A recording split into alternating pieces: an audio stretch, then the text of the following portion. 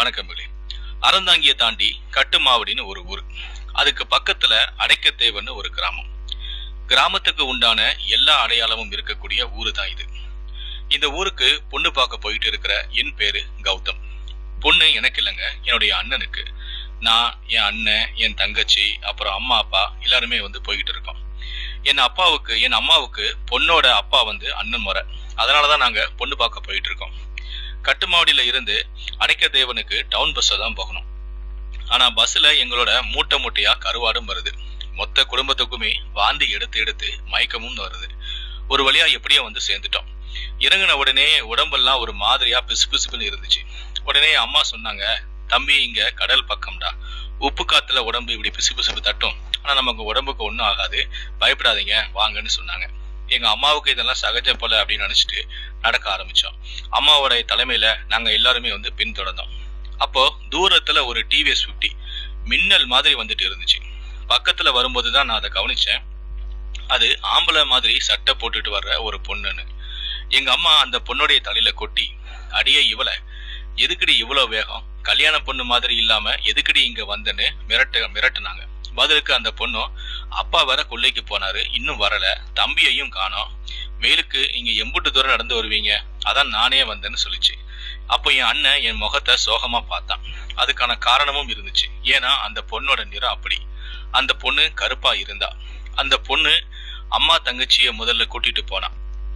அப்புறமா என்னுடைய அப்பாவை, அதுக்கப்புறமா எங்களை கூட்டிட்டு போவ அவருடைய அப்பா தான் வந்தாரு.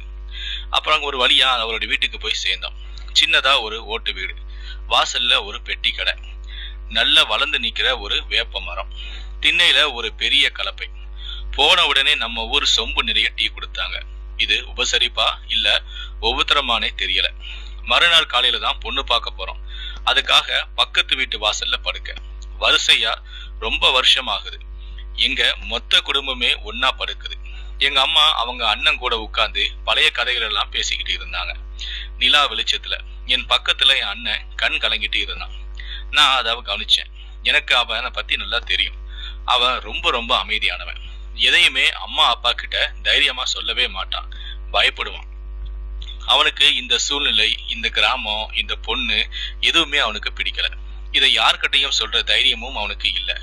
அவன் ராத்திரி பூரா தூங்காம அழுதுகிட்டே இருந்தான். நான் அதை பார்த்துக்கிட்டே இருந்தேன். காலையில குளிக்க குளத்துக்கு நாங்க போனோம். அங்க போய் பார்த்தா ஆடு, மாடு, மனுஷன் எல்லாத்துக்குமே ஒரே குளம் தான். சரி, என்ன செய்யறது, இந்த ஊர்ல இப்படிதான் போல அப்படின்னு நினைச்சிட்டு நாங்க எல்லாருமே அந்த குளத்தை தான் குளிச்சுட்டு வீட்டுக்கு வந்தோம். அப்புறம் மறந்துட்டேனே, பொண்ணோட பேரு சொல்லவே இல்லையே. பொண்ணோட பேரு முத்துலட்சுமி. காலையில 10 மணிக்கு ஊரு பெரியவங்க எல்லாருமே வந்துட்டாங்க. பெண் பார்க்கக்கூடிய படலம் ஆரம்பிச்சிருச்சு. அந்த சமயத்துல வீட்டு வாசல்ல ஒரு பொண்ணு கையில குழந்தையுடன் பயந்த முகத்துடன் வெளியே நின்றுகிட்டு இருந்தாங்க.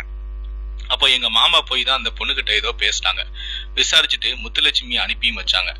வீட்டு பின்பக்கமா வர சொல்லி அந்த குழந்தைய தூக்கி பார்த்து, ஒண்ணுமில்ல நாங்க, புள்ளைக்கு குடல் பிறண்டு இருக்கு, இதுக்கு போய் பயந்துட்டு அப்படின்னு முத்துலட்சுமி சொல்லிட்டு வீட்டுக்குள்ள இருந்து ஒரு கிண்ணத்துல எண்ணெயை கொண்டு வந்து அந்த குழந்தைய தன்னுடைய கால்ல படுக்க வைத்து தனது நாக்க சுழற்றி விளையாட்டி காட்டியவாறே வயிற்றை நீவி அந்த சரி செய்து விட்டார். அழுத குழந்தை கொஞ்ச நேரத்திலேயே அவளுடைய கொஞ்சலுக்கு சிரிக்க ஆரம்பிச்சிச்சு. எனக்கு இது ஆச்சரியமாக இருந்துச்சு. குழந்தையுடைய தாய், என்ன எப்படிப்பட்ட குழந்தையுமே உன்னுடைய கையில சிரிச்சிடும் புள்ள அப்படின்னு சொல்லிட்டு தன்னுடைய முந்தானையில வச்சிருந்த ஒரு 10 ரூபாயை எடுத்து அந்த முத்துலட்சுமி கிட்ட கொடுத்தாங்க. முத்துலட்சுமி அதை வாங்கிக்கிட்டு வீட்டுக்குள்ள வந்தா. வீட்டுக்குள்ள வந்ததுமே சாமி படத்துக்கு கீழே இருந்த உண்டியல்ல அந்த 10 ரூபாயை போட்டா. பிறகு இந்த பெண் பார்க்கக்கூடிய படலம் தொடங்க, நான் அதை எப்படியாவது நிறுத்திடணும், பெண் பார்க்கும் போதே நான் எந்திரிச்சு இந்த திருமணத்தை எப்படியாவது நிறுத்தின்னு சொல்லி நான் எழணும் அப்படின்னு நினைச்சிட்டு இருக்கும் போதே முத்துலட்சுமி உடனே எனக்கு முன்னாடியே சபையோர் முன்னிலையில என்னை எல்லாருமே மன்னிச்சிருங்க, எனக்கு இந்த கல்யாணத்துல இஷ்டம் இல்ல, எங்களுடைய அப்பா அம்மா கிட்ட நான் சொன்னேன், ஆனா அவங்க கேட்கல, அதனாலதான் நான் இப்போ உங்க முன்னாடி இந்த ஊர் ஜனங்க எல்லாரும் முன்னாடி நான் சொல்றேன் அப்படின்னு சொன்ன உடனே அவருடைய அப்பா முத்துலட்சுமி அடிக்க கை வாங்கினாங்க. உடனே எங்க அப்பா போய் அதை தடுத்து நிறுத்து, ஏமா வேணான்னு சொல்றேன்னு காரணத்தை கேட்டாங்க. உடனே முத்துலட்சுமி, எப்படி மாமா சரியா வரும், மாமாவும் நானும் ஜோடியா நின்னா கூட எல்லாருமே சிரிப்பாங்க, உறவுக்காக கல்யாணம் பண்ணி வச்சு மாமாவுடைய வாழ்க்கையை நீங்க கெடுத்துறாதீங்க அப்படின்னு சொன்னாங்க. அவள் இப்படி சொன்னதுமே மொத்த சபையுமே அமைதியாச்சு. அவளுடைய கண்கள் அப்போ கலங்கி போயிருந்துச்சு. அவள் முந்திவிட்டாள். என்னுடைய அண்ணன் மௌனத்தின் மொழி உணர்ந்து தன்னை தாழ்த்தி அவள் உயர்ந்து விட்டாள் அப்படின்னு என் மனசுக்குள்ள தோணுச்சு. அன்னைக்கு மதியமே சரி அவதான் அவன் கல்யாணத்துக்கு விருப்பம் இல்லைன்னு சொல்லிட்டாங்களேன்னு நாங்க மதியமே ஊருக்கு கிளம்புனோம். நாங்க சீக்கிரமாவே எல்லாருமே ஊருக்கு கிளம்பிட்டோம். மதியம் சீக்கிரமாவே சாப்பிட்டுட்டு வேகமா நம்ம ஊருக்கு போய் சேர்ந்தோம். இப்பவே கிளம்பினா சீக்கிரமா நைட்டுக்குள்ள வீட்டுக்கு போயிடலாம் அப்படின்னு சொல்லி கிளம்பினோம். அப்ப நாங்க ஒரு பஸ் ஏறதுக்காக பஸ் ஸ்டாண்டுக்கே வந்துட்டோம்.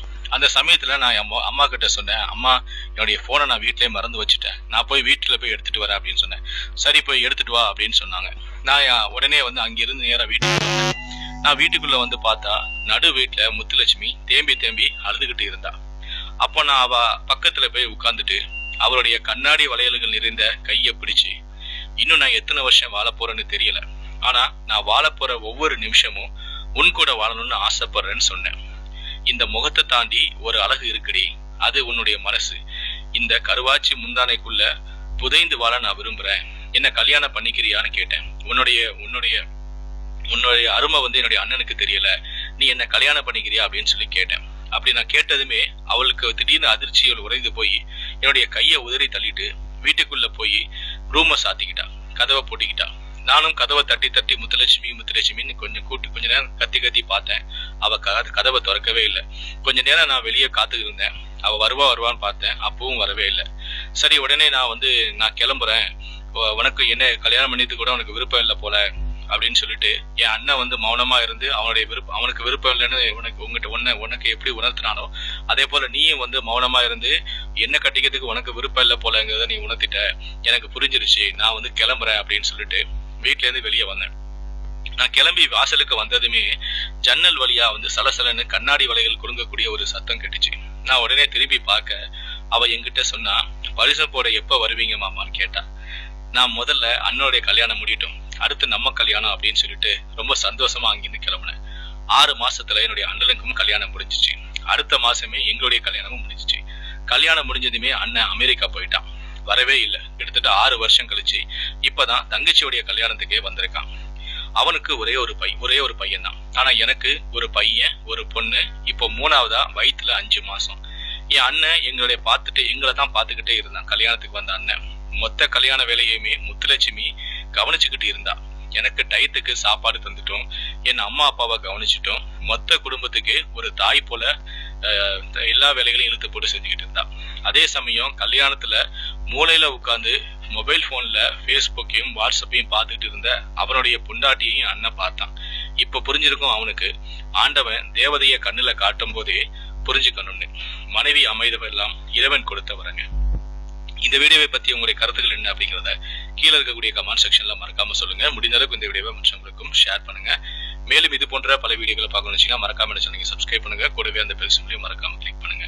இந்த வீடியோ பிடித்திருந்தால் லைக் பண்ணுங்க, கமெண்ட் பண்ணுங்க, ஷேர் பண்ணுங்க. உங்களுடைய ஆதரவு கொடுங்க. நன்றி, வணக்கம்.